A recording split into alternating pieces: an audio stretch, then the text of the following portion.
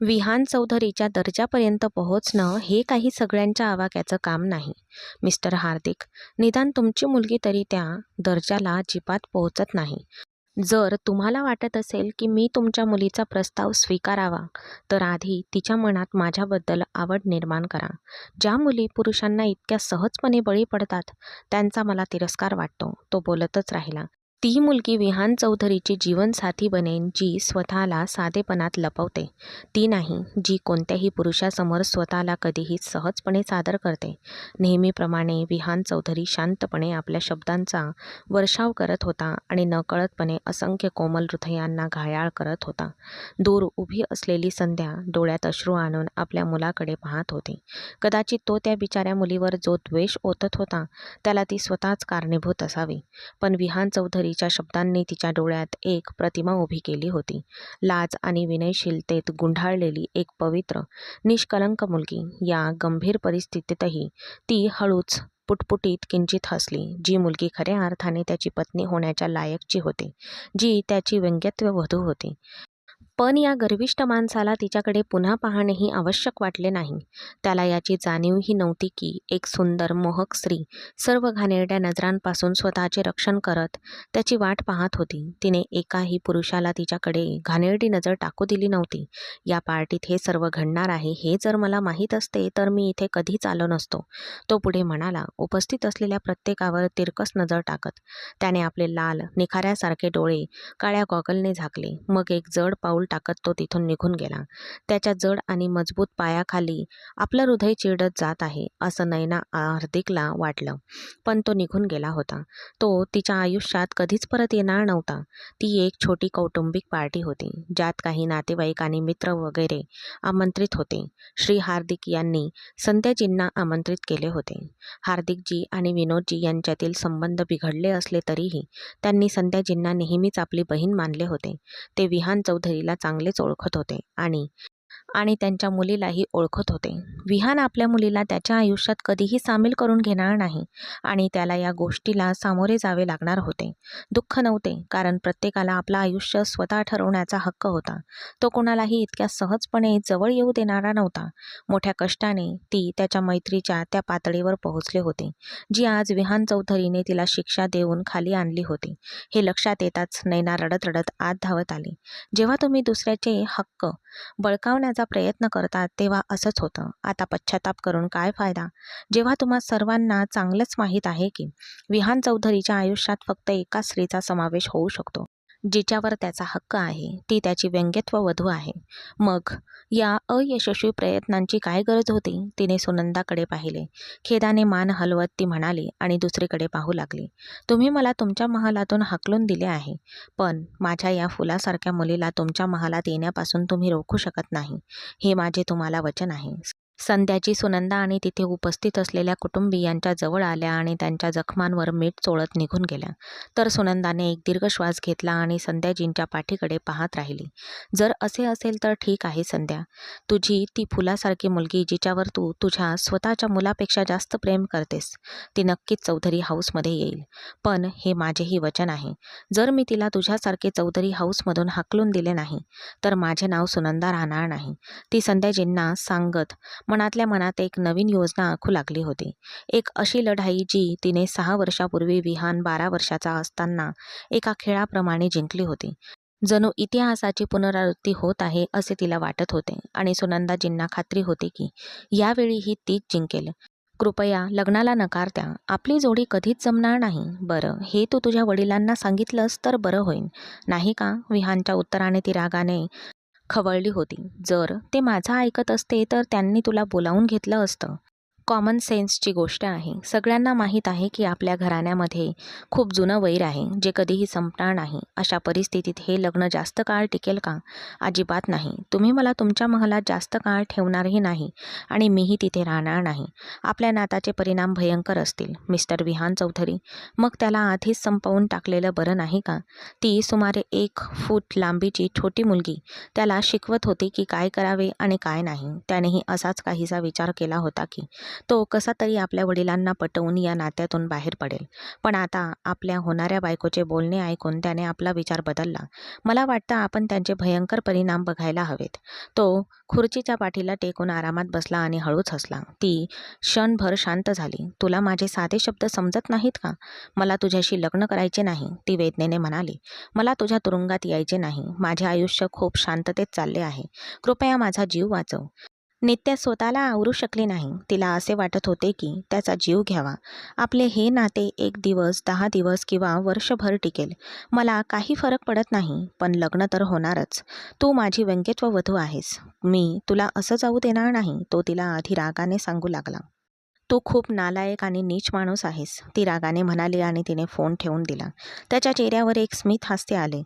विहान चौधरी सध्या एक वैयक्तिक व्यवहार पूर्ण करून इमारतीच्या पायऱ्या उतरत होता. त्याच्या आतल्या गर्वामुळे तो कोणाशीही थेट बोलू शकत नव्हता. सर, तुमची मिसेस रॉय यांच्यासोबतची पुढची भेट रद्द करा. त्याचा सहाय्यक आपलं वाक्य पूर्ण करण्याआधीच विहान चौधरीने त्याला आदेश दिला. पण साहेब, त्याचा सहाय्यक त्या साध्या इमारतीवर त्याची पावले थांबली. त्याने आपला काळा चष्मा काढला आणि आपल्या सहाय्यकाकडे एक कठोर कटाक्ष टाकला. माफ करा साहेब. त्याने मान झुकवली आणि तो मागे सरकला. त्याच्याशी बोलण्याचे धाडस आजवर कोणीही केले नव्हते, कारण तो कोणालाही आपल्या आसपास उभे राहू देत नसे. आपल्या मोठ्या गाडीत बसून तो थेट चौधरी हाऊस या विस्तीर्ण बंगल्याकडे निघाला. तेवढ्यात त्याच्या मोबाईलवर एक कॉल आला. बाबांचा फोन आहे. वडिलांचा नंबर पाहून तो किंचित हसला आणि ब्लूटूथ डिव्हाइस उचलून कॉल स्वीकारला. अभिनंदन माझ्या मुला. तू माझा अभिमान आहेस. आज तू पुन्हा एकदा सिद्ध केले आहेस की तू विकास चौधरीचा मुलगा आहेस. हो, तो मनापासून त्याची स्तुती करत होता. धन्यवाद बाबा. विहान चौधरीने आयुष्यातील बहुतेक काळ दुबईमध्ये घालवला होता. गेल्या वर्षीच त्याच्या वडिलांना हृदयविकाराचा किरकोळ झटका आल्यावर तो भारतात परतला होता. तो त्यांचा पहिलाच हृदयविकाराचा झटका होता, पण तो कोणी आणला होता हे विहान चौधरीला नक्कीच माहीत होतं. आणि तो त्या व्यक्तीचा प्रचंड तिरस्कार करत होता, कारण तो त्याच्या वडिलांवर जगातल्या कोणत्याही गोष्टीपेक्षा जास्त प्रेम करत होता. आणि जो कोणी त्यांना त्रास देईल तो विहान चौधरीचा सर्वात मोठा शत्रू बनेल. बाळा, लक्षात ठेव, अजून एक टप्पा गाठायचा आहे. तो त्याला नक्की काय सांगायचा प्रयत्न करत होता हे त्याला माहीत होतं. त्याचे शब्द ऐकून त्याचे ओठ मिटले, कपाळावर आढ्या पडल्या, पण तो काहीच बोलला नाही. त्याची प्रिया आंटीची मुलगी नित्या, जी त्याची बालपणीची व्यंगत्व वधू होती, जिला आता निरोप देऊन घरी आणायचे होते. हो, मला माहीत आहे. तारीख सांगा, मी येईन. माझे वेळापत्रक खूप व्यस्त आहे. तो त्याच्या लग्नाबद्दल असे बोलत होता जणू काही ही एक सामान्य गोष्ट आहे. विकास चौधरीला वाटले की तो त्याचा मुलगा नसून त्याची सावली आहे. 2 दिवसांनी तारीख ठरली आहे. निरोपासाठी ठरलेला दिवस शनिवार आहे. चौधरीचे घर आत्तापासूनच सजवायला सुरुवात झाली आहे. हे सांगताना तो हळूच हसला. विहानने कपाळ चोळले. इतक्या लवकर? तो फक्त एवढेच बोलू शकला. तुम्ही 26 वर्षाचे झाले आहात आणि नित्यासुद्धा 20 वर्षाची आहे. मला वाटतं तुम्ही आता तुमची जीवनसंगिनीला परत मिळवायला हवं. तो मोठ्या आनंदाने आणि उत्साहाने बोलत होता. तुमच्या इच्छेनुसार बाबा. त्याच्या बोलण्यावर मान डोलवत तो म्हणाला आणि कॉल संपला. हे नाते त्याच्या आईच्या संमतीनेच जुळले होते. त्यांच्या नात्यातील कटुतेचे हेच कारण होते, कारण तो त्याच्या आईचा प्रचंड द्वेष करत होता. त्या बाईने केवळ त्याचे वडील किंवा घरच सोडले नव्हते, तर त्यांच्या 3 वर्षाच्या मुलालाही सोडून दिले होते. तो त्याच्या आईसाठी तळमळत होता. कितीतरी क्षणांसाठी त्याला त्याची आठवण आली होती, पण ती कुठेही दिसत नव्हती. विहान चौधरीचा काळा चष्मा पुन्हा त्याच्या डोळ्यांवर आला होता, कारण त्याचे डोळे जड झाले होते. या जगात कोणीही त्याच्या अंतरात्म्यात डोकावू नये, त्याचे दुःख पाहू नये, त्याची कमजोरी जाणू नये, अशी त्याची इच्छा होती. तो हे लग्न केवळ आपल्या वडिलांसाठी करत होता, कारण त्याच्या वडिलांचे नित्यावर खूप प्रेम होते. जरी हे नाते त्याच्या पत्नीने ठरवले होते आणि विभक्त होऊनही त्याची पत्नी नित्याला स्वतःच्या मुलीप्रमाणे मानत होती, तरीही तो नित्याला आपली सून बनवण्यास ठाम होता. आणि त्याच आग्रहामुळे तो त्या मुलीला घरी आणत होता, जिला त्याने लहानपणी पाहिले होते. त्याला तिला पाहण्याची अजिबात इच्छा नव्हती, कारण ती त्या स्त्रीशी जोडली गेली होती, जिचा तो कदाचित या जगात सर्वात जास्त द्वेष करत होता. आणि हा द्वेष नित्या आणि विहानला कुठे घेऊन जाईल हे फक्त काळच ठरवणार होता. माझी मुलगी परीसारखी सुंदर आहे. संध्याने नित्याच्या कपाळावर चुंबन घेतले. आत्या, कृपया मला तिथे पाठवू नका. तुमचा मुलगा खूप क्रूर, अगदी पाषाण हृदयी आहे. ती डोळ्यात पाणी आणून म्हणाली. माझा मुलगा क्रूर आहे हे तुला कोणी सांगितले? तिने खोट्या आश्चर्याने विचारले, जरी तिला तो तसाच आहे हे चांगलेच ठाऊक होते. त्याचा राग, अहंकार आणि सर्वस्व गाजवण्याची वृत्ती संपूर्ण घरात प्रसिद्ध होती. त्याने हे सर्व त्याच्या वडिलांकडून चोरले होते. बघ, तू अशी बोलत आहेस जणू काही तू तुझ्या स्वतःच्या मुलाला ओळखतच नाहीस. मी त्याला ओळखत नाही. तो माझ्याकडे साधं बघतही नाही. आणि तू मला निरोप देऊन तिथे पाठवत आहेस, त्या शत्रूच्या घरी, जिथे त्यांनी तुला राहायलाही दिलं नव्हतं. तो मला कसा सहन करेल? नित्या रडत रडत म्हणाली. असं काहीही होणार नाही नित्या. विकास चौधरी तुझा सर्वात मोठा आधार असेल. तू त्याला आवडतेस. लहानपणापासूनच तू त्याच्या डोळ्याचा तारा आहेस. तो तुझी कधीही उपेक्षा करणार नाही. त्याचंही तुझ्यावर प्रेम होतं. आत्या, मग तुम्ही का? आमचं प्रकरण वेगळं होतं. नित्या, स्वतःची तुलना माझ्याशी करू नकोस. ती तिची भरजरी ओढणी सावरत तिच्या प्रश्नांपासून स्वतःचा बचाव करत होती. तू तयार आहेस का? पंडितजी येणार आहेत. प्रियाजींनी आत येऊन आपल्या मुलीला विचारले. जेव्हा संध्याजींनी घर सोडले आणि त्या निराधार झाल्या तेव्हा नित्याची आई प्रियाजींनीच त्यांना आधार दिला होता. संध्याजींना त्यांच्या आईच्या बाजूने फक्त एकच भाऊ होता आणि तोही लंडनमध्ये स्थायिक झाला होता. तिथे त्यांचे कोणीही नव्हते. जर प्रियाजींनी त्यांना आधार दिला नसता तर त्या कुठे गेल्या असत्या? त्या गेल्या 18 वर्षापासून प्रियाजींसोबत राहत होत्या. त्यांनी आपल्या 8 वर्षाच्या मुलाला मागे सोडले होते. त्यांच्यावरील प्रेमामुळे त्यांना स्वस्थ बसवत नव्हते आणि नित्याला आपल्या मिठीत घेऊन त्यांना दिलासा मिळू लागला. त्यांचे नित्यावर खूप प्रेम होते, कदाचित स्वतःच्या आई प्रियापेक्षाही जास्त. आणि हळूहळू नित्यासुद्धा तिच्या आईपेक्षा संध्याजींच जास्त जोडली गेली. असं म्हणायला वावगे ठरणार नाही की प्रियापेक्षा संध्याजींच नित्याला जास्त सांभाळत होत्या. आई येण्याआधीपासूनच ती संध्या आत्याला आपल्या मनातील सर्व गुपित सांगत होती. पण आई आल्याबरोबर ती शांत झाली. प्रिया पुढे आली आणि तिने आपल्या मुलीचा दुपट्टा नीट केला. तोपर्यंत संध्या बाजूच्या खोलीत गेली होती आणि प्रिया फक्त तिच्याकडे बघत राहिली. प्रियाने नित्याला उठवले आणि मिठी मारली. तिने तिच्या कपाळाचे चुंबन घेतलं. आजचा दिवस तुझ्या आयुष्यात खूप महत्त्वाचा आहे. मी देवाकडे प्रार्थना करते की तुला कधीही कोणतंही दुःख सहन करावं लागू नये. ती तिला बाहेर घेऊन गेली, जिथे पुजारी वधूवरांची वाट पाहत होते. नित्याला मंडपात आणून बसवण्यात आले, जिथे विहान चौधरी आधीच बसला होता. पदर घेऊन बसलेल्या नित्याकडे त्याने एक नजर टाकली आणि त्याचे ओठ आवळले गेले. काही क्षणांनंतर पुजाऱ्याने लग्नाचे मंत्र म्हणायला सुरुवात केली. नित्याच्या अंगावर एक हलका थरकाप उडाला. तो रागामुळे होता की भीतीमुळे हे तिला नक्कीच कळत नव्हते. संध्या आत्या, मी स्वतःला वचन देते की त्यांनी तुझे जे हक्क हिरावून घेतले आहेत ते मी परत मिळवीन. त्यांनी जे काही केले त्यासाठी मी त्या प्रत्येकाला शिक्षा देईन. मनात पक्का निश्चय करून कोणालाही काहीही न सांगता ती आता तिथून निघून जाणार होती. खूप खूप अभिनंदन माझ्या बाळा. नेहमी आनंदी राहा. संध्या तिला मिठी मारत म्हणाली. विहानने तिला पाहताच त्याच्या हृदयाची धडधड वाढली. तिच्या तोंडातून एक थंड उसासा बाहेर पडला. ती आपल्या पतीकडे पाहत होती. तो किती अशक्त झाला होता. त्या बेवफा माणसाला दाढीसुद्धा आली होती. त्याच्या डोळ्यांखाली खोल सुरकुत्या पडल्या होत्या. तो माझ्या मुलीचं काय करेल कोण जाणे. ज्या लोकांनी तुमच्यावर इतका अन्याय केला ते माझ्या मुलीचं काय करतील? प्रियाजी हुंदके देत आपल्या मैत्रिणीजवळ आल्या. ती तिथून निघून गेली होती, मागे सगळ्यांना सोडून. आणि आता इथे या घरात फक्त तिच्या आठवणीच मागे ठेवल्या होत्या. प्रिया, तिच्यासाठी देवाकडे प्रार्थना कर की ती तिथे कायमची सुखी राहो. संध्याजीनेही एक दीर्घ श्वास घेतला आणि हळू आवाजात म्हणाली. ज्या लोकांनी तुम्हाला सहन केलं नाही ते माझ्या मुलीला सहन करतील का? प्रियाजीला फक्त एवढंच माहीत होतं की संध्याजींना तिथे वारंवार त्रास दिला जात होता. दरम्यान संध्या विचारात गढून बसली होती. चौधरी हाऊस दिव्यांच्या रोषणाईने उजळून निघाले होते. ती पदरात पूर्णपणे लपून बसली होती. तिच्या शेजारी बसलेली स्त्री म्हणजे विहानची आत्या सुनंदाजी. संपूर्ण चौधरी हाऊसवर त्यांचेच राज्य होते आणि आजही त्या आपल्या भावाच्या हृदयावर राज्य करत होत्या. सुनंदाचं लग्न फक्त 3 वर्षच टिकलं. तिला विशाल नावाचा एक मुलगा होता, ज्याला चौधरी घरात त्याच्या आई इतकाच मान होता. पण तिच्या नजरेत विहानला काहीच किंमत नव्हती. विहान, बाळा ऐक. आत आल्याबरोबरच तो जायला निघाला होता, पण आत्याचा आवाज ऐकून थांबला. बाळा, काही विधी करायचे आहेत.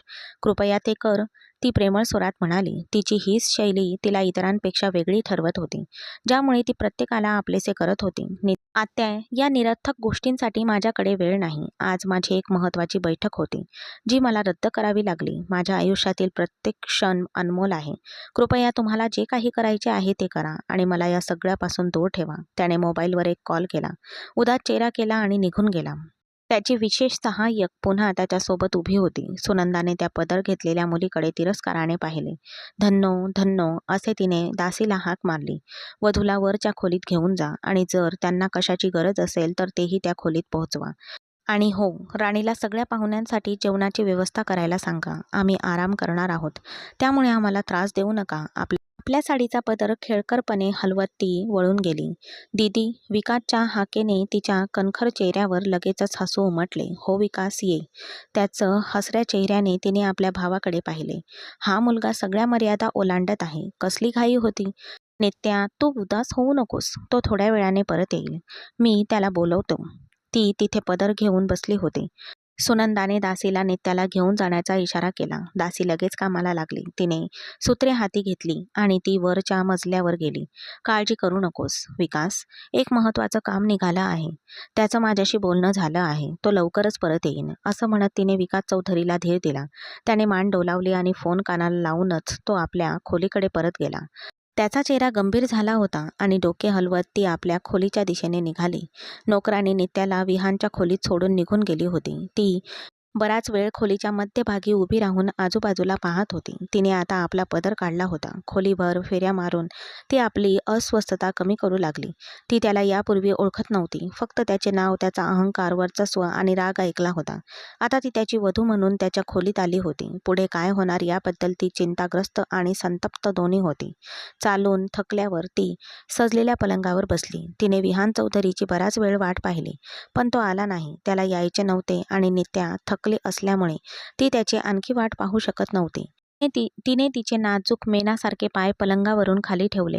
खोलीच्या मध्यभागी उभी राहून तिने एक दीर्घ श्वास घेतला. तिने खोलीचे काळजीपूर्वक निरीक्षण केले. संपूर्ण खोली सुंदरपणे सजवलेली होती. एखाद्या राजाच्या राज्यात असल्यासारखे वाटत होते आणि समोरच्या मोठ्या भिंतीवर राजाचे वैभवशाली चित्र टांगलेले होते. इतका देखणा आणि आकर्षक पुरुष की कोणतीही मुलगी त्याच्या प्रेमात पडेल. नित्याच्या हृदयाचा ठोकाही चुकला, पण तिने पटकन दुसरीकडे पाहिले. तो माझा शत्रू आहे. मी लवकरच परत जाणार आहे, त्यामुळे त्याच्याबद्दल मनात इतर कोणतीही भावना ठेवू नकोस नित्या. स्वतःलाही रागवत ती ड्रेसिंग मिरर समोर उभी राहिली आणि आपले सर्व दागिने एक एक करून काढून ड्रेसिंग टेबलवर ठेवू लागली. तिचे हात क्षणभर थांबले. ती स्वतःच्या सौंदर्याने चकित झाली होती. तिने नेहमीच स्वतःला सर्वांच्या नजरेपासून लपवून ठेवले होते. आजपर्यंत कोणत्याही अनोळखी व्यक्तीने तिच्या जवळ येण्याचे धाडस केले नव्हते. तिचा होणारा नवरा विहान चौधरी यालाही तिचे एक झलकही कधी पाहता आली नव्हती. ती स्वतःकडे काळजीपूर्वक पाहत होती आणि स्वतःच्या रूपाने तिला धक्का बसला होता. ती इतकी छान तयार होऊन कोणासाठी आली होती? तो एक पाषाण हृदयी माणूस होता, ज्याला ती तिथे आहे की नाही याची पर्वाच नव्हती. मग तिच्या सौंदर्याने त्याच्यासाठी काय फरक पडणार होता? तिने आपला जड दुपट्टा खुर्चीवर ठेवला होता आणि ती आपले दागिने काढत होती. ती त्यात अडकली होती. तेवढ्यात अचानक एक खूप गंभीर व्यक्तीने दार हळूच उघडले आणि विहान चौधरी खोलीत शिरला. ड्रेसिंग टेबलसमोर उभ्या असलेल्या आपल्या वधूच्या सुंदर रूपाकडे पाहत तो क्षणभर थांबला. ती इतकी सौंदर्यपूर्ण आणि पवित्र होती, जणू तिच्या अस्तित्वातूनच प्रकाशाचा किरण बाहेर पडत होता. तिच्यातून चंद्रासारखे तेज पसरत होते. क्षणभरासाठी त्याच्या डोळ्यांना शांती मिळाली. विहानला आपल्या डोळ्यांवर विश्वास बसत नव्हता आणि मग त्याला 2 दिवसांपूर्वी फोनवर झालेले त्यांचे संभाषण आठवलं. तिचे शब्द आठवत विहान एक एक जड पावलं टाकत तिच्या जवळ आला. ती निसंशयपणे त्याच्या कल्पनेपेक्षाही अधिक सुंदर होती. तिचं सौंदर्य अप्सराच्या सौंदर्यालाही मागे टाकणार होतं. विहानसारखा एक कणखर पुरुष, तो तिच्या विलक्षण सौंदर्याने क्षणभर मोहित झाला होता. गळ्यातला हार काढत असलेली नित्या तिच्या मागे विहानची सावली दिसताच अचानक थांबली. ते दोघे आरशासमोर उभे होते, जणू एकमेकांना पूरक ठरत होते. दोघेही कमालीचे सुंदर होते. विहानला त्याच्या सौंदर्याचा अभिमान होता, तर नित्या पूर्णपणे निश्चिंत होते. ती खूप चिडली होती. त्याचे हे अचानक निघून जाणे तिला मान्य नव्हते, पण तिला असे वाटत होते की जणू तिच्या वडिलांनी तिच्यावर अन्याय केला आहे. ती त्याच विचारात होती आणि दरवाजा उघडून विहान कधी आत आला हे तिच्या लक्षातही आले नाही. नित्या लगेच भानावर आली आणि त्याच्या बाजूला उभी असलेली तिने विहानची नजर चुकवत आपला दुपट्टा उचलून डोक्यावरून ओढला. काही क्षणांपूर्वीच ती तिच्या सर्व सौंदर्यासह दुपट्ट्याशिवाय त्याच्यासमोर उभी होती. जेव्हा तिने पटकन स्वतःला दुपट्ट्याने झाकून घेतले, तेव्हा विहानच्या ओठांवर स्मित हास्य उमटले. ती त्याची पत्नी होती आणि ती स्वतःला त्याच्यापासून लपवत होती. मनोरंजक. तो मनातल्या मनात तिचे कौतुक केल्याशिवाय राहू शकला नाही. माहीत आहे का, तुझ्यात हिंमत आहे दुसऱ्याला हरवण्याची. हे विहानने तिला म्हटलेले पहिले शब्द होते. नित्याने पापण्या उंचावल्या, त्याच्याकडे रिकाम्या नजरेने पाहिले आणि मग दुसरीकडे वळली. पण विहान चौधरीला हरवण्या इतकी हिंमत तुझ्यात नसेल. तिच्या डोळ्यात पाहत त्याने आपले वाक्य पूर्ण केले. तुला हरवण्याची इच्छासुद्धा माझ्या मनात नाही. मी इथे कायमची राहायला आलेले नाहीये. मी लवकरच निघून जाईल. ती तिरकस चेहऱ्याने म्हणाली. हो, आणि तोपर्यंत तुला सगळ्यांसमोर एक चांगली पत्नी असल्याचं नाटक करावं लागेल, बरोबर? तो तिच्या डोळ्यात रोखून पाहत म्हणाला. नित्याच्या हृदयाची धडधड वाढली. तुम्हाला पण तेच. तिने निर्भयपणे त्याला उत्तर दिले. ठीक आहे. तो थोडा प्रभावित झाला होता. बरं, जर तू संध्या मेहराच्या इतक्या जवळ नसतीस तर तू या खोलीत माझी सर्वात आवडती व्यक्ती ठरली असतीस. पण ज्या स्त्रीच्या हृदयावर तू राज्य करतेस तिचा मला तिरस्कार वाटतो, आणि बरोबरीने तुझाही. विहान चौधरीने ते कठोर शब्द बोलण्यापूर्वी समोरच्या व्यक्तीवर होणाऱ्या परिणामाचा कधीही विचार केला नव्हता. आजही त्याचे शब्द, ती गोष्ट नित्याच्या काळजाला थेट भिडली होती. आता तिला त्या माणसाच्या तिरस्कार आणि द्वेषामागचं खरं कारण कळलं होतं. संध्याची, जी त्याची स्वतःची आई होती, म्हणजे त्या माणसाने नित्याला तिच्या स्वतःच्या ओळखीने किंवा तिच्या आईवडिलांच्या संदर्भात कधीही समजून घेतलं नव्हतं. तो तिला फक्त संध्याजींच्या नावाने ओळखत होता. संध्याजींच्या नावाबरोबरच तिचा उल्लेख करत होता. ती त्याच्यासाठी नेहमी संध्याजींची आवडती होती. तुला माहीत आहे, मलाही तू फारसा आवडत नाहीस. जर तू संध्या मेहराचा मुलगा नसतास तर तू माझा प्रिय नवरा झाला असतास. आईची सावली मुलामध्येही रेंगाळतच असेल. स्वार्थी आणि पाषाण हृदयी, जो फक्त स्वतःच्या फायद्याचा विचार करतो. छातीवर हात बांधून ती त्याला उत्तर देत होती. तिच्यासमोर उभी असलेली व्यक्ती कोण आहे हे ती विसरली होती. पण नित्याचा निर्भय स्वभाव विहानला प्रभावित करत होता. नित्याने त्याला हेही स्पष्टपणे सांगितले होते की हिशोब ठेवणारी ती नाही. तिला वाटले होते की तिच्या बोलण्याने विहानला राग येईल, पण तसे झाले नाही. आरशासमोर उभ्या असलेल्या नित्यावर विहान इतका वाकला की नित्या थोडी जरी हल्ली असती तरी विहान चौधरी तिला धडकला असता. आपण दोघे एकमेकांचा इतका तिरस्कार करतो, हे खूप चांगलं आहे. आपल्यात प्रेमाचा लवलेशही निर्माण होणार नाही. उत्तम, असं म्हणत त्याने हळुवारपणे तिच्या डोक्यावरून दुपट्टा काढला. नित्याने घाबरून त्याच्याकडे पाहिले. जेव्हा पुढच्या क्षणी, ज्या क्षणी विहानची बोटे तिच्या मानेला स्पर्शली, त्या क्षणी नित्याचा चेहरा रक्तासारखा लाल झाला. त्या माणसाची जवळीक तिच्यावर खोलवर परिणाम करत होते. हे चिंतेचे कारण होते, कारण विहान चौधरी सारखा एक तीक्ष्ण निरीक्षक तिच्या स्थितीची बारकाईने नोंद घेत होता. तो काहीच बोलला नाही, पण त्याच्या सुंदर गुलाबी ओठांवर पसरलेल्या स्मित हास्याने नित्याला खूपच लाज वाटली. त्या माणसाच्या चेहऱ्यावर असा अभिमान होता की तो तिच्या प्रेमात कधीच पडू शकणार नाही. आणि ही मुलगी तर एका जादूगारासमोर आधीच वितळत होती. विहानने पुढच्या क्षणी त्याने लगेच तिच्या गळ्यातून लॉकेट काढले आणि बाजूच्या ड्रॉवरमधून हिऱ्याने जडलेले एक अत्यंत महागडी सोन्याची साखळी काढून तिच्या गळ्यात घातली. नित्याने त्याच्याकडे प्रश्नार्थक नजरेने पाहिले. याला बहुतेक मुंह दिखाई म्हणतात. बाहेरचे सगळे तुला याबद्दल नक्कीच विचारतील. विहानने तिला लॉकेट देण्यामागचे कारण सांगितले. त्या माणसाचा श्वास नित्याला जड वाटत होता. तो अजूनही तिच्या जवळ होता आणि ती त्याला दूर ढकलू शकत नव्हती. तिला स्वतःच्या अवस्थेची आश्चर्य आणि किंचित रागही येत होता. ती पहिल्याच दिवशी स्वतःची साथ सोडत होती का? हा तुझा माझ्यावरील विश्वासाचा ठेवा राहील. मी निघताना तुझं सगळं काही तुला परत देईन. तो दूर जाताना श्वासावर नियंत्रण ठेवत आणि आत्मसन्मान जपत नित्या म्हणाली. तो किंचित हसला. त्याच्या गालावर एक खोल खळी उमटली, ज्यामुळे तो आणखीनच सुंदर दिसू लागला. मग तुला जे काही हवं आहे ते कर, पण जोपर्यंत तू माझ्यासोबत आहेस हे तुझ्या गळ्यापासून वेगळं व्हायलाच नको. विहानने तिला अधिकारवाणीने बजावले, ज्यामुळे नित्या रागाने भडकली. त्याने स्वतःला बाथरूममध्ये कोंडून घेतले. नित्याने स्वतःला सावरत एक दीर्घ श्वास घेतला. त्याचा सुगंध अजूनही तिच्या भोवती दरवळत होता. तिच्या मानेवर त्याच्या बोटांचा स्पर्श तिला अजूनही जाणवत होता. हळूच तिने आरशात स्वतःकडे पाहिले आणि बोटांनी गळ्यातल्या लॉकेटला स्पर्श केला. त्या लॉकेटमुळे तिच्या मानेचे सौंदर्य अधिकच खुलून दिसत होते. ते एक सुंदर आणि अद्वितीय लॉकेट होते. त्या निर्दयी माणसाने दिलेल्या भेटीचा एक विचित्र परिणाम झाला होता. पण तिला स्वतःला आवर घालावा लागला. काही कारणास्तव तिचे हृदय वितळत होते आणि त्याच्याबद्दलचे तिचे भ्रम ढासळत होते. तिने आपला जड लेंगा उचलला आणि खोलीला लागून असलेल्या ड्रेसिंग रूमकडे निघाली. तिने स्वतःवर पुन्हा नियंत्रण ठेवले होते. कपडे बदलून ती जेव्हा बाहेर आली तेव्हा खोलीत मिट्ट काळोख होता. हे देवा, तू मला कोणत्या प्रेतासोबत अडकवले आहेस? जणू काही मला स्मशानभूमीत फेकून दिले आहेस असे वाटते. असं इतकं कोण वाईट वागेन? पलंगाकडे चालत असताना ती पुटपुटली. ती पुढे काही बोलण्यापूर्वीच तिचा पाय गालीच्यात अडकला आणि ती थेट पलंगावर पडली. डोळे मिटून त्या मुलीला मनातून काढून टाकण्याचा प्रयत्न करत बेडवर आडवा पडलेला विहान अचानक आपल्यावर एक मऊ नाजूक स्पर्श झाल्याने दचकला. अचानक त्याचे हात नित्याच्या नाजूक कमरेला लागले. "तू वेडी झाली आहेस का?" भुवया चढवत तो म्हणाला. "मी पण तुझ्याबद्दल तेच म्हणू शकते." मान वर करून आणि आपला चेहरा समोरच्या व्यक्तीच्या जवळ आणत ती म्हणाली. त्याला अंधारात काही दिसत नव्हते, त्यामुळे त्याचे भाव तो अगदीच निष्काळजी होता. इतका अंधार होता. मेलेल्यांसाठी मेजवानी आहे का? असं कोणी कसं करू शकतं? तिच्या या उद्धट प्रश्नाने विहानच्या कपाळावर आढ्या पडल्या. पुढच्या क्षणी त्याने तिच्या कमरेवरची पकड घट्ट आवळली, ज्यामुळे नित्याच्या तोंडातून एक आवाज बाहेर पडला. आता तिला त्यांच्या स्थितीची जाणीव झाली. ती त्यांच्या रुंद छातीवर पडली होती. लाजल्यामुळे ती मागे सरकू लागली, पण विहानने तिला पटकन मागे खेचले आणि ती परत त्याच्यावर कोसळली. हे इतके जवळ होते की त्यांच्यामधील हवा सुद्धा जाऊ शकत नव्हती. त्यांचे श्वास एकमेकांच्या चेहऱ्यांना स्पर्श करत होते. तो काही खोडसाळपणा करण्याआधीच विहानला त्याच्या आईची म्हणजेच संध्याजींची आठवण आली. पुढच्या क्षणी विहानने तिला उचलले आणि दुसऱ्या बाजूला ढकलले. नित्या भयभीत झाली होती. हे सर्व इतकं अचानक घडले होते. काही क्षणांपूर्वीच तो तिला आपल्या स्पर्शाचा सुगंध देत होता. तिला जिव्हाळ्याचे सुंदर क्षण देत होता आणि पुढच्या क्षणी त्याने तिला असे दूर ढकलले. नित्याला अपमानित वाटले. "माझ्यापासून दूर राहा, नाहीतर" तो तिच्याकडे रागाने बघत म्हणाला. "नाहीतर काय? मला धमकी देऊ नकोस. मलाही तुझ्या जवळ यायची इच्छा नाही. अंधारात माझा पाय गालीच्या मध्ये अडकला होता, म्हणून मी पडले." ती सुद्धा तितक्याच थाटात उत्तर देत उठू लागली. "तुझं संगोपन ज्या पद्धतीने झालं आहे आणि तू ज्या कुटुंबातील आली आहेस, ते लोक पतित आहेत." त्यांचे थंड उत्तर ऐकून नित्याच्या डोळ्यात पाणी आले. "तुला जे काही म्हणायचे आहे ते तू मला बोल. माझ्या आत्याबद्दल काही बोलायची गरज नाही. आणि तसंही तुझ्या आत्याकडे नुसतं बघूनच मला कळलं की तुमचे संस्कार किती छान आहेत. खबरदार."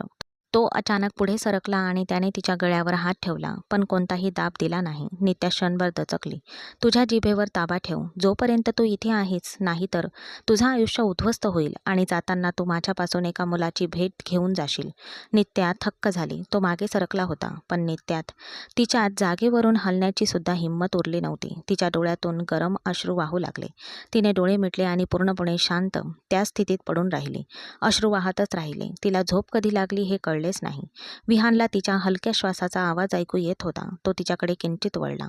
"ही मुलगी माझी सर्वात मोठी परीक्षा असणार आहे. देवा, मला धैर्य दे." त्याने तिच्याकडे एक नजर टाकली. डोळ्यावर हात ठेवून तो आडवा झाला आणि झोपण्याचा प्रयत्न करू लागला. पहिल्यांदाच एक कोमल जीव त्याच्या इतक्या जवळ त्याच्या बिछाण्यावर अगदी योग्य रीतीने उपस्थित असूनही तो नजर दुसरीकडे वळवून पडला होता आणि उफाळून येणाऱ्या आपल्या भावनांवर नियंत्रण ठेवण्याचा आटोकाट प्रयत्न करत होता. तो एक कणखर पुरुष होता आणि त्याच्या भावनाही तसल्याच होत्या. त्या नाजूक, कोमल, हळव्या जीवाला मिठीत घ्यायला त्याचं मन त्याला सारखं सांगत होतं, पण त्याचा हट्टीपणा आणि राग इतका प्रबळ होता की तो तसं काही करू शकला नाही. तो एका कुशीवर बेफिकीरपणे आडवा झाला आणि स्वतःला सावरण्याचा प्रयत्न करू लागला. त्याचवेळी नित्या झोपेतच त्याच्याकडे वळली आणि तिने त्याच्या हातावर हात ठेवला. विहानच्या हृदयात एक रोमांच संचारला. जणू त्याच्या संपूर्ण अस्तित्वातून एक विद्युत प्रवाह वाहत होता. तो किंचित वळला, बाजूचा दिवा लावला आणि त्याच्या मंद प्रकाशात नित्याच्या चेहऱ्याकडे पाहू लागला. ती सुंदर आणि पवित्र दिसत होती. ही गोष्ट विहान चौधरीने मनापासून स्वीकारली होती. त्याने हळुवारपणे तिचा हात बाजूला सारला आणि मागे वळणार होता तेव्हा तिने पुन्हा आपला हात त्याच्या हातावर ठेवला. यावेळी विहानच्या तिच्या सौंदर्याच्या जादूतून सुटणे अशक्य वाटत होते. तो तिला मागे ढकलणारच होता. तेवढ्यात नित्या जवळ आली आणि जणू त्याच्या कुशीत शिरत असल्याप्रमाणे तिने आपले डोके त्याच्या हातावर टेकवले. तिला कदाचित थंडी वाजत असावी, एसी कमी होता, पण कदाचित मॅडम खूपच नाजूक असाव्यात. ती झोपलेली असताना विहानने तिला ब्लँकेटने झाकण्याचा प्रयत्न केला, पण ती अजिबात हलली नाही. विहानने एक दीर्घ श्वास घेतला, तिच्याकडे वळला आणि तिला आपल्या मजबूत बाहूंमध्ये घेतले. त्याची पकड हळूहळू घट्ट होत गेली, ज्यामुळे क्षणभरासाठी नित्याचा श्वास थांबल्यासारखा वाटला. जणू ती झोपेतच त्याच्या जवळ येऊ लागली. तर मग तो येऊ शकला नसता का? नित्याचे डोळे धाप लागलेल्या अवस्थेत अचानक उघडले. त्या क्षणी विहान झोपी गेला आहे असे भासवत होता. हे काय संकट आहे? त्याच्या इतक्या जवळ आल्याने पुढच्या क्षणी तिने श्वास रोखून धरला. धडधडत्या हृदयाने नित्याने त्याच्या मिठीतून स्वतःला सोडवण्याचा प्रयत्न केला, पण झोपेतही निरागसपणे वागणाऱ्या त्या ताठर माणसाने तिला आणखी जवळ ओढले. कोणी इतकं घातक असू शकतं का? त्याच्या जादुई स्पर्शाने ती वितळत होती. तिच्या हृदयात एक तीव्र इच्छा निर्माण झाली. तो तिचा नवरा होता, तिचं कायदेशीर नातं, आणि लहानपणापासूनच ती त्याच्यासाठी वेडी होती. प्रेमापेक्षा श्रेष्ठ काही असेल तर ते प्रेमच होतं, आणि ती त्याच्यावर प्रेम करत होती. पण ती हे कधीच कबूल करणार नव्हती, ना कधी व्यक्त करणार होती. पण तिच्या समोरचा तो माणूस इतका अज्ञानी होता का? उडणाऱ्या पक्ष्यांची पिसे मोजू शकणाऱ्या माणसाला हे कळू शकलं नसतं का की तो तिच्या किती जवळ आला, की ती मुलगी काय अनुभवत असेल? त्या क्षणी नित्याला जाणवलं, आपण वितळून जाऊ असे तिला वाटले. तिने एका झटक्यात स्वतःला त्याच्या पकडीतून सोडवले आणि एक दीर्घ श्वास घेत मागे सरकली. तिचे संपूर्ण शरीर घामाने भिजले होते. तिने आपली मान आणि चेहरा चोळला. मग स्वतःला सावरण्याचा प्रयत्न करत पटकन पलंगावरून उठली. बाजूचा दिवा अजूनही चालू होता. ती उठली, थोडे पाणी प्यायली आणि सोफ्याकडे गेली. एक गोष्ट निश्चित होती, ती त्याच्यासोबत एकाच पलंगावर झोपू शकत नव्हती. सोफ्यावर झोपल्याने तिला अधिकच थंडी वाजत होती, पण ती थंडी सहन करू शकत होती, मात्र त्याची सोबत नाही. तिची अवस्था ओळखून विहान हलकेच हसला होता. जेव्हा नित्या सकाळी जागी झाली तेव्हा ती पलंगावर होती. एक मऊ मुलायम गादी आणि अंगावर एक ब्लँकेट. तिला ते सोडायचं नव्हतं, पण पुढच्या क्षणी तिच्या डोक्यात काहीतरी चमकलं. तिला चांगलंच ठाऊक होतं की, आणि आठवण होतं की, आदल्या रात्री ती सोफ्यावर झोपली होती. मग ती पलंगावर कशी काय आली? ती पटकन उठून बसली. तेवढ्यात विहान चौधरी शॉवरमधून बाहेर आला. त्याने सैल पॅन्ट घातली होती, अंगावर शर्ट नव्हता आणि गळ्यात टॉवेल गुंडाळला होता. तो बाहेर येताच नित्याने डोळे आश्चर्याने विस्फारले. तिने त्याला डोक्यापासून पायापर्यंत न्याहाळले. विहान खोडकारपणे हसला आणि पुन्हा आरशासमोर उभा राहिला. अरे अरे, तू पण? नित्याने लगेच तिच्या डोळ्यांवर हात ठेवला. काय झालं? तू इतकी टोकाची प्रतिक्रिया का देत आहेस? आरशात तिच्याकडे बघत केस वाळवत तो म्हणाला, तुला काही लाज वाटते की नाही, की तू असाच बाहेर आलाच? तिचे डोळे अजूनही मिटलेले होते. खरंच, पण मला तर असं वाटते की मी अर्धवट कपड्यात आहे, आणि हो, जेव्हा मी पूर्ण कपड्यांमध्ये नसतो तेव्हा अडचण निर्माण झाली असती. हे ऐकून नित्याच्या कानातून धूर येऊ लागला. किती निर्लज्ज माणूस आहेस तू. आता तू थोडी काळजी घ्यायला हवीस. कृपया तुझा शर्ट घाल, ती भुवया चढवत म्हणाली. आता असं काय झालंय की मला काळजी घ्यावी लागेल? असो, हा आपल्या दोघांमधला प्रश्न आहे. तो तिच्या जवळ पलंगाजवळ आला. त्याचा सुगंध आल्याने ती मागे सरकली. मी फक्त काळजी म्हणून अर्धवट कपड्यांमध्ये आलो आहे, नाहीतर मी फक्त... प्लीज गप्प बस. तिला खूप चिडचिड होत होती, तर विहान तिला फक्त चिडवत होता. तो मागे सरकला. त्याने आपला ड्रेस काढला आणि ड्रेसिंग रूममध्ये गेला. खोलीतील शांतता जाणवून नित्याने हळूच डोळे उघडले. खोलीत विहान न दिसल्याने त्याला पुन्हा सामोरे जाण्याच्या भीतीने ती लगेच उठून बाथरूममध्ये गेली. तू इतकी काळजी का करतो आहेस? माझ्या देवावर पूर्ण विश्वास आहे. त्या घरात आपल्या मुलीवर कोणताही अत्याचार होणार नाही. जर तू तसा विचार करत असशील तर मनातून ही भीती काढून टाक. नाश्त्याच्या टेबलावर प्रियाजींची व्यथित अवस्था पाहून विजयला म्हणावेसे वाटले, हे सगळं बोलायला तुम्हाला सोपं आहे, पण सुनंदा किती धूर्त बाई आहे हे तुम्हाला चांगलंच माहीत आहे. तिने संध्याला तिथे राहू दिले नाही, मग ती माझ्या मुलीला तिथे कशी राहू देईल? तुम्ही बघालच. ज्या शांतपणे आणि सहजतेने तिने माझ्या मुलीला घरात येऊ दिले आहे, त्या सहजतेने ती लवकरच विनोदभाई आणि विहानच्या मनात तिच्याबद्दल द्वेष निर्माण करून तिलाही तिथून हाकलून देईल. ती बाई तिथे तिच्या उपस्थितीत कोणालाही सहन करू शकत नाही. प्रियाजींच्या शब्दांनी विजयसाहेब आणि संध्याजी विचारात गढून गेले. कारण पूर्णपणे नाही, तर प्रियाजींच्या शब्दांना नक्कीच वजन होते. बघूया, आज रात्री रिसेप्शन आहे. आपण सगळे जाऊ आणि मग पुढच्या गोष्टी ठरवू. तू नित्याला फोन करून विचार की ती कशी आहे. तिचा मोबाईल इथेच राहिला आहे. आज जाईन तेव्हा मी तिला देईन, म्हणजे आपण बोलत राहू शकू. विजयजींनी तिचं म्हणणं मान्य केलं आणि नाश्ता पुन्हा सुरू केला. चौधरीच्या घरात नाश्ता खूपच शाही होता. नित्या आणि विहान एकत्र डायनिंग टेबलवर आले. विनोद चौधरी आधीच तिथे होते. त्यांचे आशीर्वाद घेऊन ते एकत्र बसले. विनोदजी नित्याला सर्वात जास्त मान देत होते, तर सुनंदा तर काही मिनिटांनी त्यांच्याकडे बघून तोंड वाकडं करत होती. ती तोंड वाकडं करून खोटं हसायची. चल दीदी, मी निघतोय. दीदी, संध्याकाळपर्यंत सगळं तयार आहे ना? ते तू बघ. हॉलमधील सगळी व्यवस्था मी स्वतः बघेन. विकास चौधरी उठत म्हणाला. बाबा, तुम्ही सोडून द्या, मी सगळं स्वतः बघेन, काळजी करू नका. विहान लगेच म्हणाला, अरे यार, स्वतःच्याच रिसेप्शनची तयारी करणं चांगलं दिसणार नाही. मी माझ्या मुलाची प्रत्येक इच्छा पूर्ण करायला आलो आहे. तू घरीच थांब, तुझ्या नवीन वधूला कंपनी दे. तो आनंदाने म्हणाला. त्याने नित्याकडेही प्रेमाने पाहिले. आज माझी एक मीटिंग आहे, मी शक्य तितक्या लवकर घरी येईन. काळजी करू नका बाबा. तो पुढे म्हणाला. नित्याकडे गोड नजरेने पाहत तो म्हणाला, ठीक आहे, मी निघतोय. नित्या बाळा, मनसोक्त नाश्ता कर. अजिबात संकोच करू नकोस हं. आता हे तुझं घर आहे. त्याने तिच्या डोक्यावर प्रेमाने हात ठेवला आणि तिला एक चेक दिला. हे काय आहे बाबा? तिने गोंधळून विचारले. तू लग्न करून आल्यानंतरचा हा तुझा या घरातला पहिलाच दिवस, म्हणून तुझ्या या सासऱ्यांकडून आलेली एक छोटीशी भेट. बाबा, हे जरा जास्तच आहेत. चेकवर लिहिलेली रक्कम 30 लाख पाहून ती गोंधळून गेली. यावेळी विहानने तिच्याकडे इतक्या मोहक नजरेने पाहिले होते की त्याची नजर आपल्यावर आहे हे तिला दिसलेच नव्हते.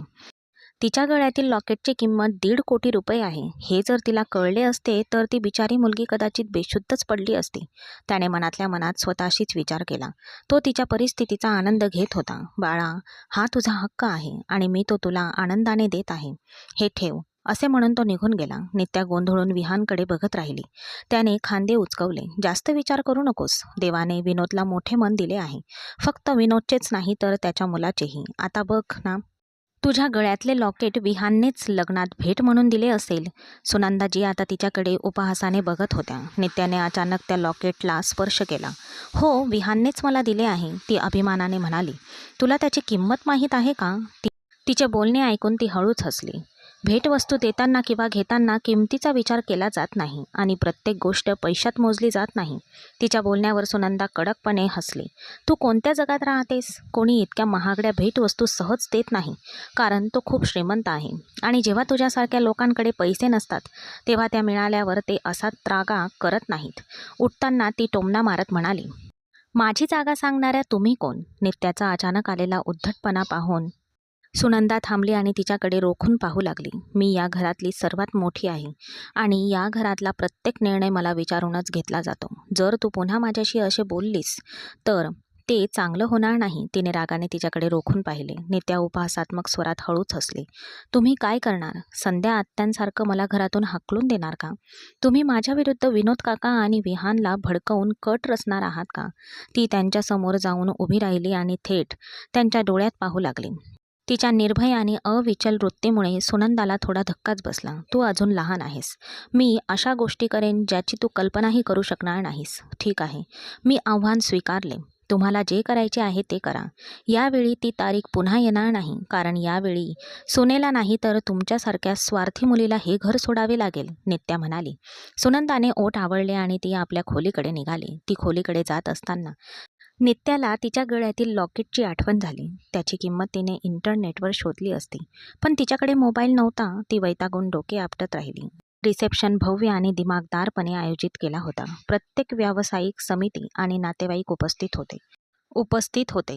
त्या दिवसाची थीम पांढऱ्या रंगाचे कपडेही होती आणि त्यांच्या जोडीने ते आणखीनच खास बनवले होते. शिवाय नित्याच्या निरागस चेहऱ्याने सर्वांना मोहित केले होते आणि त्याच शैलीने ती हळूहळू विहानच्या हृदयात स्थान मिळवत होती. त्याच्या हृदयात एक हलकीशी धडधड जाणवली. त्याच्या नंबरवर आलेला कॉल पाहून तो कॉल घेण्यासाठी बाजूला वळला.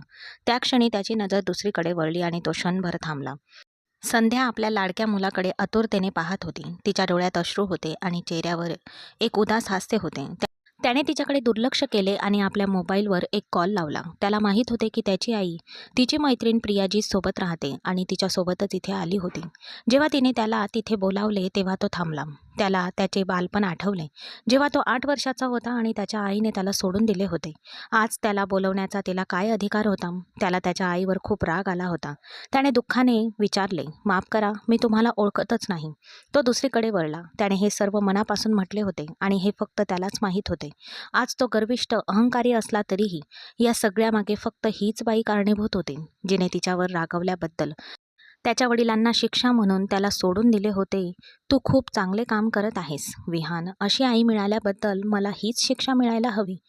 मी माफी मागायला किंवा माझे हक्क सांगायला आले नाही, कारण मला माहीत आहे की माझी शिक्षा याहून वाईट असायला हवी. मी फक्त आणि फक्त एवढंच म्हणेन, एकदाच सगळं सत्य जाणून घे. सगळं सत्य कळल्यावरही जर तुला वाटत असेल की मी दोषी आहे तर मी कोणतीही शिक्षा भोगायला तयार आहे. विहान क्षणभर चकित झाला, पण पुढच्या क्षणी रागाने हात हलवत तो निघून गेला. आज ती तिच्या कृतींसाठी कोणत्याही प्रकारचे समर्थन किंवा स्पष्टीकरण देऊ शकत होते, पण लहानपणी त्याला सोडून गेल्यामुळे तिने दिलेल्या वेदना तो विसरू शकत नव्हता आणि त्यासाठी तिला माफही करू शकत नव्हता. एक आई काहीही करू शकते, पण ती आपल्या मुलाला सोडून देऊ शकत नाही. काय अडचण आहे? तू इथे का आली आहेस? त्या रात्री रिसेप्शन संपल्यानंतर खोलीत न परतता जिममध्ये गेलेला विहान नित्याला आत येताना पाहून रागाने म्हणाला, मी हे तुला परत करायला आले आहे. तिने साधे कपडे घातलेले होते. तिच्यासमोर उभा असलेला विहान जिमच्या पोशाखात होता. त्याचे भरदार मजबूत स्नायू पाहून क्षणभर नित्याचा घसा कोरडा पडला. तो घामाने चिंब भिजला होता. तिच्या तळहातावर त्याने दिलेली भेटवस्तू होती. ते लॉकेट पाहताच तो रागाने भडकला. याचा अर्थ काय? काल मी काय म्हणालो ते तुला कळत नाही का? त्याने टॉवेलने आपला घाम पुसला आणि तो तिच्या दिशेने चालू लागला. मी एवढी महागडी भेटवस्तू घेऊ शकत नाही. मी हे ठेवूच शकत नाही. जर हे हरवलं तर एवढ्या महागड्या लॉकेटचे पैसे फेडत मी म्हातारी होईल. कृपया हे परत घे. यावेळी कपाळावर आड्या आणत ती म्हणाली, कृपया ते परत घाल. तो गुरगुरला, जणू काही आदेशच देत होता. एकतर तू ते स्वतः घाल, नाहीतर जर मी तुला ते घालायला लागलो तर मी ते जसं घालेन ते तुला अजिबात आवडणार नाही. तो तिच्या आणखी 2 पावले जवळ आला आणि नित्या गोंधळून पटकन तो हार घालून बसली. तो आल्यावर नित्याने घाबरत घाबरत गळ्यात हात घातला, पण त्याचा लॉक काही लागत नव्हता. तो अगदी जवळ उभा होता आणि तिची नजर त्याच्यावर खिळली होती. त्यामुळे तिचे हात जोरजोरात थरथरत होते. तेवढ्यात विहान पुढे आला आणि त्याने तिचा हार काढला. यावेळी त्याने तिला स्पर्श करायला मागे पुढे पाहिले नाही. त्याने आपला स्पर्श तिच्या संपूर्ण मानेवर पसरवला. नित्याने दात आवळले. ऐक, ती जायला वळली तेव्हा विहानने हाक मारली, तुला त्या हाराची किंमत कशी कळली? त्याला थोडी उत्सुकता वाढली. मी सुद्धा याच जगात राहते आणि हो, मी स्पष्ट सांगते, जर ते कुठे हरवलं तर मी दंड भरणार नाही. कारण देवाला ठाऊक आहे की मला ते परत करायचं होतं. पण तू नाही घेतलंस ते, ती भुवया उंचावून म्हणाली. त्याला नित्या खूप गोंडस वाटली. हो चालेल ना, तू अजिबात नुकसान भरू नकोस. पण मी तुला अजून वस्तू विकत घेऊन देईन. तो मोठ्या मानाने म्हणाला. मिस्टर विहान चौधरी, कृपया मला तुमच्या पैशांचं प्रदर्शन करू नका. त्याचा माझ्यावर काहीही परिणाम होणार नाही. मी भावनांकडे आकर्षित होते, या सांसारिक गोष्टींकडे नाही. तिने आपले केस मागे सारले आणि ती आपल्या खोलीकडे निघाली. त्या मुलीमध्ये काहीतरी खास आहे, तो खांदे उचकवत म्हणाला. तोही तिच्या मागे मागे गेला. काही क्षणांपूर्वी त्याला आलेला राग अचानक नाहीसा झाला होता. देव सगळ्यांचं भलं करो. माझी मुलगी आनंदी आणि शांत आहे. मला सुनंदाच्या रागाची काळजी वाटत होती, पण नित्याला आनंदी आणि निवांत पाहून एक वेगळाच आनंद झाला. प्रिया, तुझं बरोबर आहे. माझ्या मुलीच्या चेहऱ्यावरचा आनंद पाहून माझ्या मनाला शांती मिळाली. विजयसुद्धा शांत होता. संध्याजी त्यांचं बोलणं ऐकून विचारात गळून गेल्या होत्या. आज इतक्या दिवसांनी त्या विहानला भेटल्या होत्या. विहान जवळून जात असताना विकास चौधरीने संध्याला पाहून त्यांच्याकडे धाव घेतली होती. मला नाही वाटत की तू इथे यायला हवं होतंस. त्याच्या चेहऱ्यावर कोणताही भाव नव्हता. ती म्हणाली, माझा मुलगा लहान असताना तुम्ही त्याचे सर्व हक्क माझ्याकडून हिरावून घेतलेस.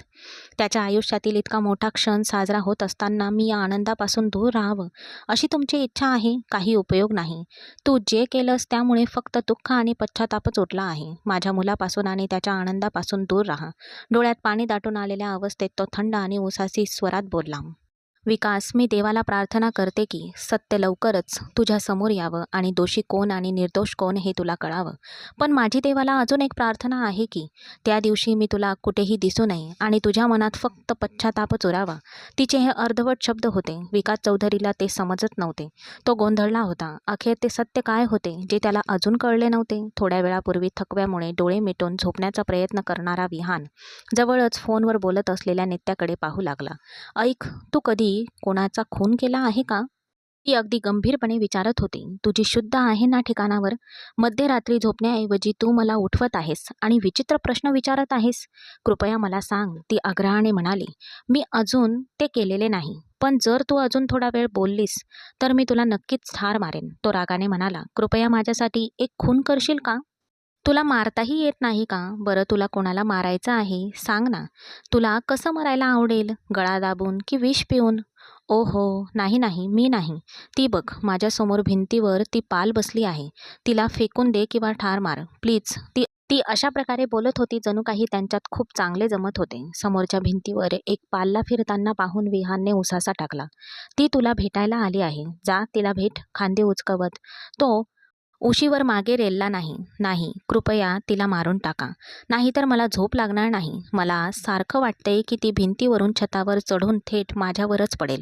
ती खूप घाबरली होती. तिने त्याचा हात पकडला आणि त्याला जोरजोरात हलवू लागली. बघ, हे आता खूप होत आहे. स्वतःवर नियंत्रण ठेव. तो तिच्याकडे रागाने बघत म्हणाला. कृपया तिला मारून टाक. मग तू जे काही सांगशील ते मी करेन. ती त्याला मोह घालत होती. विहानचे डोळे चमकू लागले. विचार कर, जर तू तुझ्या शब्दांवरून फिरलीस तर. विहानने हे सांगण्याचा एक नवीन मार्ग शोधला होता. नाही, मी माझ्या शब्दावरून फिरणार नाही. मी वचन देते. फक्त तिला काढ. ती घाबरून गयावया करू लागली. ठीक आहे, मी काढतोय. तुझं वचन लक्षात ठेव. जर तू तुझ्या शब्दांवरून फिरलीस तर मी या पालला पकडेल आणि तुला रात्रभर तिच्यासोबत झोपायला लावीन. त्याने तिला धमकी दिली आणि तो उठला. त्याने 2 मिनिटात पालीला पळवून लावले आणि परत आला. वाह, तू तर सुपर हिरो आहेस. त्याची स्तुती करत ती झोपायला गेली. नाही, मी खूप चांगला व्यावसायिक आहे. उठ आणि माझी मागणी आता पूर्ण कर. ती सुद्धा उठून बसली. हो, मग सांग. ती गर्वाने म्हणाली. मला किस कर. गालावर बोट ठेवून त्याने अचानक अशी मागणी केली की नित्या थक्क झाली. लवकर कर, नाहीतर मागणी वाढू शकते. आता मी फक्त एका किसबद्दल बोलतोय. मग कुणाला ठाऊक, किसची संख्या वाढू लागेल आणि मग अजून कुठे कुठे. हे ऐकून ती लाजून लाल झाली. तुम्ही असं कसं करू शकता? मी संध्या आत्यांसारखी आहे. त्यांनीच मला वाढवलंय आणि मी त्यांची सावली आहे. तुम्ही मला असं कसं म्हणू शकता? ती आश्चर्याने चेहऱ्यावरची लाली लपवत म्हणाली. मी हे बोलू शकतो आणि करूही शकतो. कारण तू माझी बायको आहेस. मी सगळ्यांसमोर तुझ्याशी लग्न केले आहे आणि माझी वधू म्हणून तुला इथं आणलं आहे. जर मी तुला सगळे हक्क देत आहे तर मी ते घेऊही शकतो आणि मला वाटतं आजची रात्र हे हक्क घेण्यासाठी चांगली आहे, असे म्हणत त्याने तिला उशीवर झोकून दिले आणि तो तिच्यावर झुकला. विहान, तू काय करतोयस? मला सोड. विहानचा गरम श्वास चेहऱ्यावर जाणवताच तो इतका जवळ आल्याची तिला अचानक जाणीव झाली. तू माझ्याजवळ काय येतोयस? भीतीने एक दीर्घ श्वास घेत ती म्हणाली. तो इतका जवळ आल्यामुळे नित्या खूप घाबरली होती. कारण मला तुझ्या जवळ यायचं आहे. त्याने आपले बोट तिच्या बोटांमध्ये गुंतवली. त्यामुळे ती अधिकच गोंधळात पडली होती. त्याच्याकडे उपहासाने पाहत ती हळूच हसली. विचार कर, कदाचित तुला नंतर पश्चाताप करावा लागेल. आपण अजूनही शत्रूच आहोत. नित्याने त्याला ताकीद दिली होती, म्हणून यावेळी तोही हसला. मी हे वैर स्वीकारतो. तिला जवळ करत तो हळूच म्हणाला. ती त्याच्याकडे स्तब्ध होऊन पाहतच राहिली. काळाच्या ओघात तो तिच्यासाठी वेडाच बनत चालला होता. समोरच्या व्यक्तीला हे माहीत असताना ती विरोध तरी कसा करणार होती की तो त्या मुलीच्या हृदयातही आहे. प्रेम लपून राहावे आणि केवळ एक भ्रमच राहावा, अशी तिची स्वतःची इच्छा होती. तो तिला स्वतःच्या अधिक जवळ आणणार होता. तो स्वतःला तिच्या प्रत्येक नसेत सामावून घेणार होता. तो जळत्या निखाऱ्यासारखा झाला होता. बोलायला काहीच उरलं नव्हतं. खोली आता शांततेत होती. कारण 2 प्रेम करणारे आज एक होत होते. आता पुरं झालं. आता आणखी नाही. मला या मुलीला कोणत्याही परिस्थितीत या घरातून बाहेर काढायचं आहे. आणि विशाल, तुला यावेळी मला साथ द्यावीच लागेल. सुनंदाजी आपल्या मुलाला विषारी स्वरात हे सांगत होत्या. आई, तुला कसली साथ हवी आहे? तो सुद्धा पूर्णपणे उत्सुक होता. नित्यावर जबरदस्ती कर. तिच्या खोलीत घुस आणि तुझ्या मनाची इच्छा पूर्ण कर. ठीक आहे. मग विहानचं काय? जो मला मारहाण करून आपली इच्छा पूर्ण करेल. सगळं ऐक. नंतर जेव्हा तू पकडला जाशील तेव्हा त्याला सांग, तिने मला तिच्या खोलीत बोलावलं होतं शांत होण्यासाठी. असं म्हण की तिचा नवरा तिला शांत करू शकला नाही म्हणून तिने मला बोलावून घेतले. तीही तिच्या आईसारखीच वागत आहे. सुनंदाच्या शब्दांमध्ये विष आणि तिरस्कार भरलेला होता. काय झालं आई? तू काय डाव खेळला होतास? मला सांग. जाणून घेऊन तुला काय मिळणार आहे? ती गोष्ट आता भूतकाळातली आहे. आता संपली आहे. तसं तू खरंच नित्याच्या आईला घराबाहेर काढलं का? गप्प बस. भिंतींनाही कान असतात. मी एक हुशारीचा डाव खेळला. मी तिची बदनामी करून तिला या घरातून हाकलून दिलं. मी नाही, तिच्या स्वतःच्या नवऱ्याने तिला घरातून काढलं. अचानक दरवाजा उघडला आणि विकास चौधरी आत आला. सुनंदाचे उरलेले शब्द तिच्या घशातच अडकले. काय काय म्हणालीस? हा सगळा एक कट होता माझ्या बायको विरुद्ध? मी तुझ्यावर विश्वास कसा ठेवला दीदी? तो वेदनेने म्हणाला. नाही विकास, तसं काही नाहीये. ती घाबरली. तसं काही नाहीये. मी जे काही ऐकलं ते सगळं. त्याचा आवाज मोठा झाला. आता यात इतकं नाराज होण्यासारखं काय आहे? तो नित्याकडे बघत भुवया उंचावत विचारत होता, जी बेडवर ब्लँकेटमध्ये गुंडाळून पडलेली होती. तसंही यार, ही आपल्या दोघांमधली गोष्ट आहे. मी कोणालाही काहीही सांगणार नाही. का नाही मानत तू? रात्री माझ्या मिठीत येऊन आणि माझ्या धुंद करणाऱ्या सोबतीने तुलाही खूप आराम वाटला होता ना? रात्रीच्या तिच्या धुंद करणाऱ्या हुंदक्यांची आठवण करून तो खोडकरपणे हसला आणि त्याच्या शब्दांचा अर्थ समजल्यावर नित्या लाजेने लाल झाली. तिची लाज लपवण्यासाठी ती पटकन म्हणाली, तू तू माझ्या परवानगीशिवाय माझ्याजवळ आलास. ती गयावया करत हळूच म्हणाली, ठीक आहे, पुढच्या वेळी तू सांगशील तेव्हा मी तुझ्या मर्जीने येईन. तो तिला चिडवतच राहिला. छे, आता पुन्हा माझ्याजवळ ये आणि मग मी तुला सांगते. ती निरागसपणे पण रागाने म्हणाली, सांगणार की दाखवणार? तो डोळा मारत म्हणाला. नित्या लाजेने लाल होऊन उठून त्याच्याकडे आली. थोड्या वेळापूर्वी तिने स्वतःला आवरण्याचा प्रयत्न केला होता, पण तिच्या निरागस कृती पुन्हा एकदा विहानचे लक्ष वेधून घेत होत्या. आता मर्यादा ओलांडू नकोस, नाहीतर मी तुझ्याबद्दल बाबांकडे तक्रार करेन. ठीक आहे? त्यांना काय सांगशील? त्याने तिच्या मानेवरच्या लव बाईटकडे पाहिले. तो हसला आणि त्याने ओठ चावले. तू खूप वाईट आहेस. मान खाली घालून ती फक्त एवढंच म्हणू शकली, काल रात्री काहीतरी राहून गेलं का? त्याच्या खोडकर बोलण्याने लाजून तिने त्याच्याकडे पाहिले. पुढच्या क्षणी तो हसला. जवळ आला आणि तिच्या कपाळावर प्रेमाची मोहर उमटवली. मला हवा तसाच जोडीदार मिळाला आहे. तिला हलकेच मिठी मारत तो म्हणाला. नित्याच्या चेहऱ्यावर हसू उमटले. ते पुढे काही बोलणार इतक्यातच त्यांना बाहेर मोलकर्णीचा ओरडण्याचा आवाज आला. त्यांनी एकमेकांकडे पाहिले आणि पटकन निघून गेले. मोलकर्णीने त्यांना सांगितले की विकास आणि सुनंदा यांच्यात जोरदार भांडण झाले आहे. ते दोघे लगेच सुनंदाच्या खोलीत गेले, जिथे विकास खुर्चीवर बसला होता. काय झालं बाबा, तुम्ही ठीक आहात ना? विहानने त्याला बाजूला गुडघे टेकून विचारले. तर नित्या परिस्थिती समजून घेण्याचा प्रयत्न करत होते. विनोद चौधरींनी त्याला क्षणभरही विलंब न करता सगळं काही सांगितलं. तो दगडासारखा तिथेच बसून राहिला. या बाईने माझ्या बायकोसोबत जे काही केलं तेच ती नित्यासोबत करणार होती. मी हे माझ्या स्वतःच्या कानांनी ऐकलं. कोणी इतक्या खालच्या पातळीला जाऊ शकतं यावर माझा विश्वासच बसत नाही. इतकी वर्ष या बाईने मला संध्याला घटस्फोट द्यायला लावण्यासाठी खूप प्रयत्न केले, पण मी सत्य माहीत नसतानाही काही कारणास्तव माझा त्याच्यावर विश्वास बसत नव्हता. विकास, माझा ऐक. सुनंदा रडू लागली. माझा आता तुझ्या बोलण्यावर तीळ मात्रही विश्वास नाही. तो रागाने अचानक उठून उभा राहिला. संध्या, आत्या तिच्या मुलासाठी किती वेळा या घरात आली होती. एकदा तरी तिला तिच्या मुलाला भेटू द्यावं यासाठी तिला दुसरं काहीही नको होतं, असं म्हणत ती त्याच्या पाया पडली होती. तो खूप लहान होता आणि आत्या रात्रंदिवस त्याची आतुरतेने वाट पाहत होती. तिची इच्छा असती तर ती तिच्या मुलाला सोबत घेऊन जाऊ शकली असती, पण तिने तसं केलं नाही. फक्त तुमच्यासाठी. तुम्ही त्याच्याशिवाय कसा जगाल याची तिला चिंता वाटायची. तिने नेहमी स्वतःपेक्षा तुमचा विचार केला.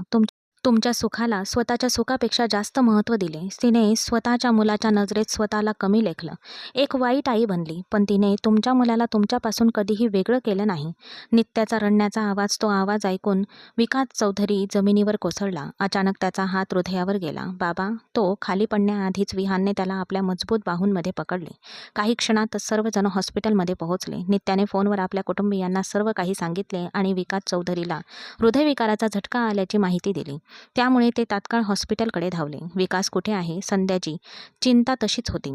ते आता धोक्याबाहेर आहेत, पण ते कोणालाही भेटत नाहीत. तुम्ही जायला हवं. ते कदाचित तुमची वाट पाहत असतील. संध्याचा हात धरून नित्या म्हणाली. थोड्या अंतरावर उभा असलेला विहान त्यांच्याकडे आसुसलेल्या नजरेने पाहत होता. आज त्याच्या आईने त्याला पाहिले नाही. ती लगेच विनोदच्या पलंगाकडे गेली. आपल्या पत्नीला पाहताच विनोदने लगेच एकही शब्द न बोलता आपले हात जोडले. जणू काही तो आपले प्रेम आणि निष्ठा कबूल करत होता. पण संध्याने लगेच हात खाली ठेवले आणि त्याला माफ केले. ती खरोखरच मोठ्या मनाची होती. तेवढ्यात विहान आणि नित्या आत आले. विहान आपल्या आईसमोर लाजेने उभा राहिला. नित्याने त्याला धीर दिला आणि आत आणले.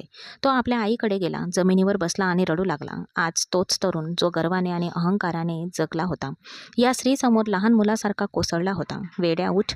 तू का बसून आहेस माझ्या प्रिये? मी माझ्या लहान मुलाला असे जमिनीवर कोसळलेले पाहू शकत नाही. त्याला बसलेले पाहून तिला दुःख झाले. जेव्हा आई आणि मुलाने एकमेकांना मिठी मारली, तेव्हा जणू सर्वत्र वसंत ऋतूचे आगमन झाले होते असे वाटले. नित्या आणि तिच्या आईवडिलांच्या ओठांवर स्मित हास्य पसरले. हे खरं आहे. आयुष्याकडे कधीही गैरसमजाच्या नजरेने पाहू नये, नाहीतर शेवटी आपल्या हाती फक्त पश्चाताप उरतो. हॉस्पिटलमधून घरी परतल्यानंतर वातावरण पूर्णपणे बदलले होते. विनोद चौधरी सर्वांसमोर सुनंदाकडे पाहत होते. त्यांच्या डोळ्यात आता तोच कठोरपणा होता जो सत्य कळल्यावर येतो. सुनंदा, आजपासून या घरात तुझ्यासाठी जागा नाही. तू खेळलेले सर्व डाव आता मिटले आहेत. तू आत्ताच हे घर सोडून गेलीस तर बरं होईल. सुनंदाला काहीही बोलायचे नव्हते. तिच्यासाठी काहीच उरले नव्हते. ती रागाने आणि पराभूत होऊन आपले सामान घेऊन घरातून निघून गेली. पहिल्यांदाच घरात शांततेची भावना जाणवली. संध्याकाळी बाल्कनीत मंद झुळूक वाहत होती. संध्या शांतपणे उभी होती. तेव्हा विनोद तिच्याजवळ आला. किती वर्ष मी ती तुझ्याकडून हिसकावून घेतली संध्या, तो हळू आवाजात म्हणाला. संध्या हसली. अजूनही आयुष्य शिल्लक आहे विनोद. विनोदने तिचा हात हळुवारपणे धरला. जणू काही त्याला अनेक वर्षांपासून हरवलेल्या वस्तू सापडली होती. दोघांच्याही डोळ्यात तेच जुने प्रेम होते, फक्त काळाने त्याला अधिक खोल केले होते. थोड्या अंतरावर उभे असलेले विहान आणि नित्या त्यांच्याकडे पाहून हसत होते. कधी कधी प्रेम परत यायला वेळ लागतो, पण जेव्हा ते परत येते तेव्हा ते आधीपेक्षा अधिक सुंदर झालेले असते. नित्या आणि विहान बाल्कनीत उभे राहून त्यांच्या आईवडिलांकडे पाहत होते. इतक्या वर्षानंतर विनोद आणि संध्याला एकमेकांच्या जवळ पाहून नित्याच्या डोळ्यात आनंद अश्रू आले. ती हलकेच असून म्हणाली, बघा, त्यांनाही शांती मिळाली आहे. विहान काही क्षण त्यांच्याकडे पाहत राहिला. मग एक खोडकर हास्य करत तो नित्याकडे झुकला. इथेही थोडे लक्ष दे प्रिये. माझे हृदय तुझ्या जवळ येण्यासाठी आतुर झाले आहे. तो तिच्या कानाजवळ हळूच कुजबुजला. नित्याला अजून खाली मान घालून म्हणाली, तू पण ना, जेव्हा संधी मिळते तेव्हा तू मला चिडवायला लागतोस. विहान हलकेच हसला आणि तो तिच्या जवळ आला. मी काय करू, माझी बायको आहेच एवढी सुंदर. मी जितका जवळ येतो तितकीच माझी तुझ्यासाठीची ओढ वाढते. तू तू माझ्यावर कोणती जादू केली आहेस? नित्यासोबत घालवलेल्या रात्रीच्या सुंदर क्षणांची आठवण करत तो म्हणाला. रात्रीसुद्धा माझी तहान भागली नाही. आज मी तुझ्या परवानगीशिवाय तुझ्या जवळ येणारच नाही. पण कृपया माझ्यावर दया कर प्रिये. मला परवानगी दे. तिला मिठीत घेत तो मोठ्या ओढीने म्हणाला. मग नित्याने पुढे येऊन आपल्या ओठांचा स्पर्श त्याच्या ओठांवर केला आणि त्या स्पर्शाने विहान आतून धुंद झाला. जेव्हा मी परवानगीशिवाय तुझ्या जवळ आलो होतो तेव्हा तुझा जीवच गेला असता. आता जेव्हा तू मला परवानगी दिली आहेस तेव्हा मी तुझ्या जवळ येईन.